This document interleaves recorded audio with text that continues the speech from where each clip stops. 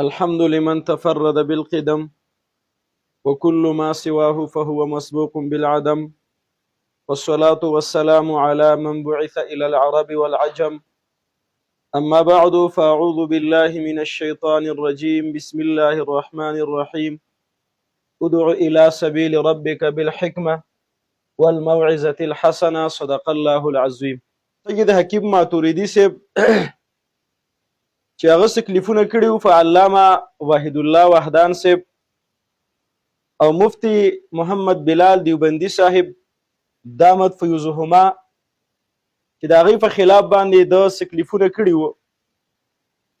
بیا هغه په اخیره کې یو کلیپ ریکارډ کړی وو، په هغه کې زما نوم یې اغستی او تذکره یې کړې وه. د هغه د کلیپ حاصل خلاصه او نچوړ څو خبرې دي او هغې جواب زه ذکر کوم. اولنۍ خبره ده په دې کلیپ کې دا کړې ده چې ما د مناظر اشاعت علامه وحید الله وحدان صاحب او مناظر اشاعت مفتی محمد بلال دیوبندی صاحب د دې دواړو تذکره کوي چې دیو پسې ما کلیپونه وکړل او دی راه فرار اختیار کو، دی زما سره مقابلې ته نه کینی چې هغې ستا سره ځکه نه کینی چې هغې ته خپل مقابل نه ګڼي. ته نه د مناظر اشاعت مناظر اسلام د علامه وحید الله وحدان صاحب د فایا سړی هغه ته خپل مقابل نه ګڼي، او نه ته د مناظر اشاعت مفتی محمد بلال دیوبندی صاحب د فایا سړی هغه ته خپل مقابل نه ګڼي، او دا خبره حقیقت ته چې تر هغې مقابل نه. ولې؟ ځکه د پیر ګوهر علي صاحب په لهجه کې به زه ووایم چې ته د هغې د فایا سړی ځکه نه چې مفتی ندیم صاحب دا مقابل د پیر ګوهر علي شاه صاحب راغلی دی، او علامه وحید الله وحدان صاحب او مفتی محمد بلال دیوبندی صاحب دا مقابل د مفتی ندیم صاحب راغلی دی. نو دا په باب د مناظره کې د یوې فایې علما کرام دي، دا د یوې فایې خلک دی، او هر چې تی نو تر هغې مقابل نه واقع شوی. ته د ندیم صاحب مقابله کې نه ناست، د ندیم صاحب مقابله کې پیر ګوهر علي شاه صاحب ناست دی، او د ندیم صاحب مقابله کې بیا د اشاعت د طرف نه علامه وحید الله وحدان صاحب او مفتی محمد بلال دیوبندی صاحب هغې چې کوم دی نو ناستو. نو دا د یو فایا خلک دی، ته د هغې د فایا سړی نه نو هغې تا سره مناظره کول په دغه بنیاد باندې چې ته د هغې د فایا سړی نه. دی وایي زه دا کتابونه پړاوم او ما مفتی بلال صاحب ته خپل کتابونه ښودلي او زه چې کوم دی نو ما مناظرې کړي. ځینې بحث د هغه نه تېرېږه چې ته څومره کتابونه لولې، کوم کتابونه لولې، دغه پرېږدوه. دا میدان د مناظرې دی او میدان د مناظرې ته هغه راتلل غواړي، ګونټه ماتول غواړي، او میدان د مناظرې ته راشه چې مناظره وکړو، سنجیده ماحول کې بحث مباحثه وکړو، او دا پرېږدوه چې تا څومره کتابونه پړاو کړي دي او څومره کتابونه پړاوې او تا څومره مناظرې کړي دي. مناظرې به دې کړي، تر طالبۍ په دور کې ته ما مناظرې کړي دي. کیدای شي د خپلې مدرسې د خپلې کمرو د ملګرو سره چېرته کې داسې مسایل چیړلي، بحث مباحثې دې اوسه کړي چې د حیض اقله موده څومره ده، اکثره مودې څومره ده،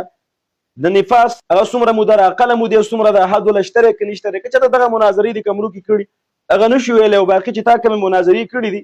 او تا سره کوم ملګري قاري محمد یاسین الحنفي صاحب برادر مکرم هغه ستاسو سره ناست او ستاسو کوم بحثونه شوي دي نو هغه خلکو لیدلي دي. درېیمه خبره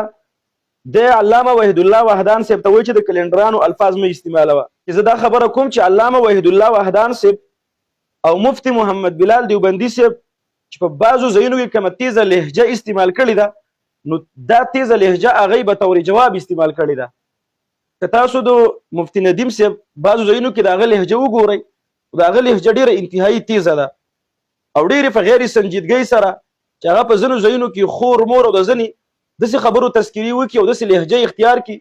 چې د کلنډر او ډریور نه پسې اخوا هم لکه انتهایي ډېره مرداره لهجه استعمال کړي. دغه جواب ترکي به ترکي دی، وایي کږه خوله سوک سوی، خامخا به هغې له هغه شانتې جواب ورکړي. علامه وحید الله وحدان صاحب او مفتی محمد بلال دیوبندي صاحب چې کومه لهجه استعمال کړې ده په بعضې ځایونو کې تیزه لهجه، نو دا یې جوابن استعمال کړې ده. نصیحت اول ته مفتی ندیم صاحب ته وکړه، ځکه شی د هغه ځینه خراب شوی دی، هغه دې په سمه لهجه په علمي میدان کې د سمې خبرې کوي، ځینې لهجه دې نه استعمالوي. دا خو قانون دی چې من قال ما لا ينبغي سمع ما لا يشتهي، چې لا ينبغي خبرې کوي نو لا يشتهي خبرې خو به اوري که نه. هغه له خو چې کوم دی نو بیا څوک داسې جواب نه ورکوي چې دی به وران لګي او دی به د خلکو خور او مور او یا به چې کوم دی نو هغه غلطې خبرې کوي، کنځلې به کوي، سړی به یو ځل ناکام وکړي، دوه ځله به وکړي. علامه وحید الله وحدان صاحب او مفتی محمد بلال دیوبندي صاحب چې کومه لهجه ځینو ځایونو کې تیزه استعمال کړې ده، نو هغې جوابن استعمال کړې ده. ورنه هغه مناظرین دي او د دې میدان خلک دی. یو سړی په سنجیدګۍ باندې خبره کوي، په متانت باندې خبره کوي، اصولو کې دننه خبره کوي، نو هغې بالکل اصولي بحث کړی دی. هغې بحثونه هغه دنیا کتلي دي او خلک یې ګوري چې هغې څومره اصولي بحثونه کړي دي. څلورمه خبره بیا سید حکیم ماتوریدي صاحب زما نوم اخیستی دی چې که دی مناظره کوي نو زه بالکل مناظرې ته تیار یم. بیا د یو شرط ایښودی دی چې په دې شرط باندې چې دی به د شیخ طیب صاحب قائد محترم قائد ملت اسلامی او استاذ المکرم هغه نه به چې کوم دی لیکل راوړي، او یا استاذ محترم بقیت السلف شیخ عبدالجبار خاکی صاحب دامت فیوزهم د هغه مبارک و چې یا به د هغه په پیډ باندې لیکل راوړي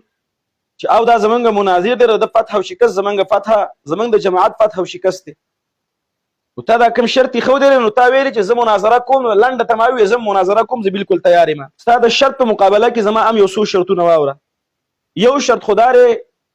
که ته زما نه د قائد محترم قائد ملت اسلامیه د هغه پیډ زما نه غواړي،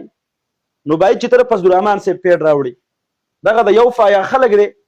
هغه هم چې کوم دی د جماعت امیر دی، د یو جماعت لیډینګ کوي، او دغه هم د یو جماعت او د یو سیاسي پارټۍ لیډینګ کوي. بس هغه د پیډ راوړئ، زه به دغه پیډ انشاءالله العزیز تاسو ته حاضر کړم. دویم شیخ عبدالجبار خاکی صاحب